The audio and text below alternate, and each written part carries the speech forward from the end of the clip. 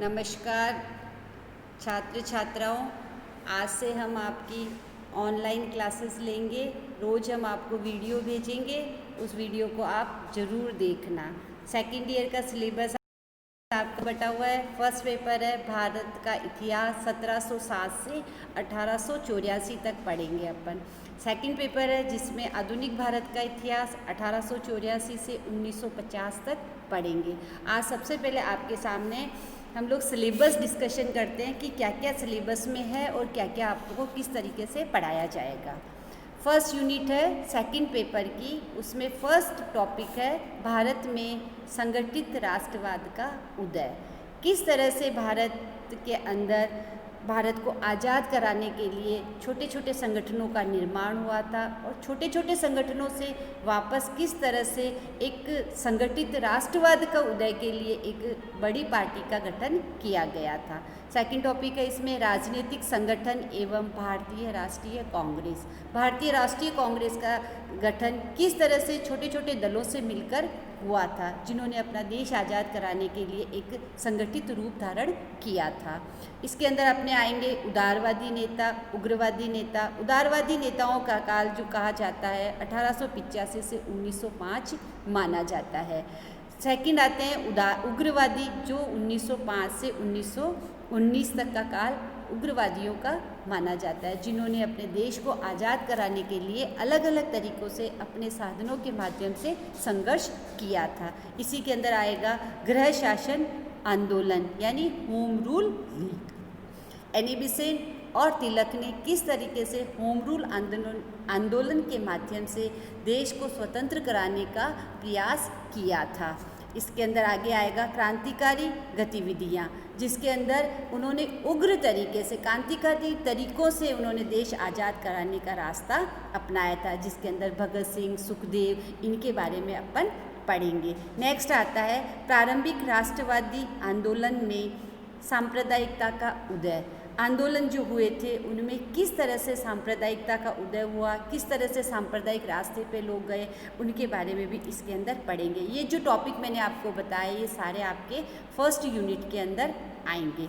Next है second unit, जिसके अंदर गांधी युग, गांधी के बारे में पढ़ेंगे। गांधी ने किस प्रकार से भारतीय राजनीति में गांधी का उदय हुआ, किस प्रकार से उनके आंदोलन चले, किस प्रकार से उनके आंदोलन की प्रकृति थी और किस तरह से उन्होंने संघर्ष किया था, और उनके कौन कौन से आंदोलन थे जिनके माध्यम से देश को स्वतंत्र कराने के अंदर उन्होंने अपना योगदान दिया था। उसमें आपका है असहयोग आंदोलन, स्वराज दल, सविनय अवज्ञा आंदोलन, भारत छोड़ो आंदोलन, कांग्रेस के अंदर वाम दल का उदय और विकास। इसके अंदर आएगा आपका समाजवादी एवं कम्युनिस्ट पार्टी। इन लोगों ने किस तरह से अपना योगदान दिया था, और गांधी के सारे आंदोलन अपन स्टेप बाय स्टेप पढ़ते चले जाएंगे। नेक्स्ट आएगा कृषक एवं श्रमिक संगठन। किस तरह से कृषकों के लिए गांधी ने कार्य किया था, किस तरह से उन्होंने कृषकों के उद्धार के लिए, किसानों के उद्धार के लिए आंदोलन किए थे, वो भी इसके अंतर्गत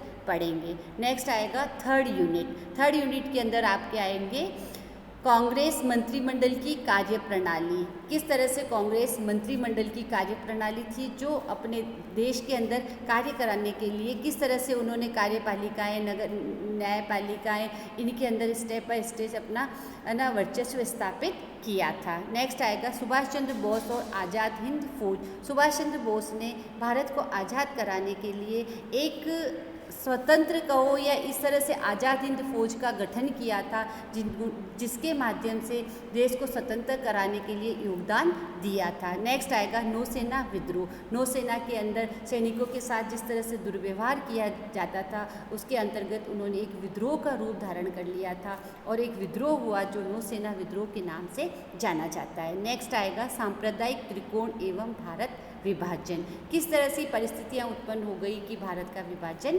होना पड़ा। नेक्स्ट आएगा फोर्थ यूनिट, जिसके अंतर्गत अपन भारत को संवैधानिक विकास यानी 1892 से लेकर 1935 तक किस तरह से भारत के संविधान की शासन अधिनियम स्टेप बाय स्टेप बनते गए, उनके बारे में पढ़ेंगे। नेक्स्ट आएगा प्रथम विश्व युद्ध का प्रभाव। भारत को आज़ाद कराने के लिए या भारत का स्वतंत्रता संघर्ष चलाने के लिए प्रथम विश्व युद्ध का भारत पर क्या प्रभाव पड़ा। इस युद्ध के बाद में किस तरह से परिस्थितियां परिवर्तित हो गई कि भारत की आज़ादी का रास्ता साफ होने लगा या इस आज़ादी को और अच्छे से जो मजबूती प्रदान हुई। उसके बाद पढ़ेंगे भारत शासन अधिनियम 1935, साइमन कमीशन, नेहरू प्रतिवेदन, सांप्रदायिक पंचाट, पूना पैक्ट, अगस्त प्रस्ताव, क्रिप्स कमीशन, वेवल योजना व शिमला सम्मेलन, कैबिनेट मिशन और अंत में माउंटबेटन योजना 1947। ये सारी चीज़ें अपन 4th यूनिट के अंदर पढ़ेंगे। नेक्स्ट है 5th unit and last unit, देशी रियासतें, भारतीय राज्यों का विलयीकरण एवं एकीकरण। सरदार वल्लभ भाई पटेल ने किस प्रकार से भारतीय राज्यों का एकीकरण किया था और किस प्रकार से स्वतंत्र रहने वाली या जो छोटी छोटी रियासतें थे उनको एक संगठित रूप धारण करा के और भारत को मजबूती प्रदान की थी। भारतीय संविधान का निर्माण बाबा साहब अम्बेडकर ने भारतीय संविधान का निर्माण किया, वो सारा निर्माण की जो भी प्रक्रियाएँ थी वो सारा अपन इसमें पढ़ेंगे। नेक्स्ट है भारतीय संविधान की प्रमुख विशेषताएँ। अपने संविधान की क्या विशेषताएं हैं, उसमें क्या क्या समाहित है, ये सारी इसकी विशेषताएं इसमें पढ़ेंगे। लास्ट है इस युग की सामाजिक, आर्थिक व साहित्यिक प्रवृत्तियाँ।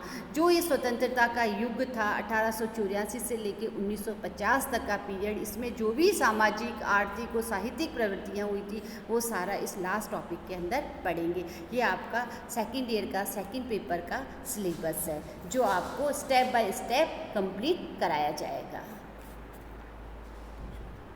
इसके आपको बुक्स खरीदनी है। सबसे पूरा सिलेबस आपका बुक्स कवर करती है शर्मा और व्यास की बुक, जो आती है आपके आधुनिक भारत का इतिहास 1985 से 1950 तक।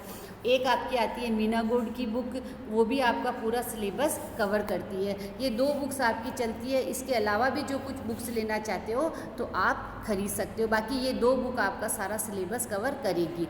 एक है LP माथुर की बुक जिसमें भी आप अच्छे से अपना सिलेबस पढ़ सकते हो। एक है राम शर्मा की बुक आती है, उसके अंदर भी आपको सारा सिलेबस मिल जाएगा। Thank you.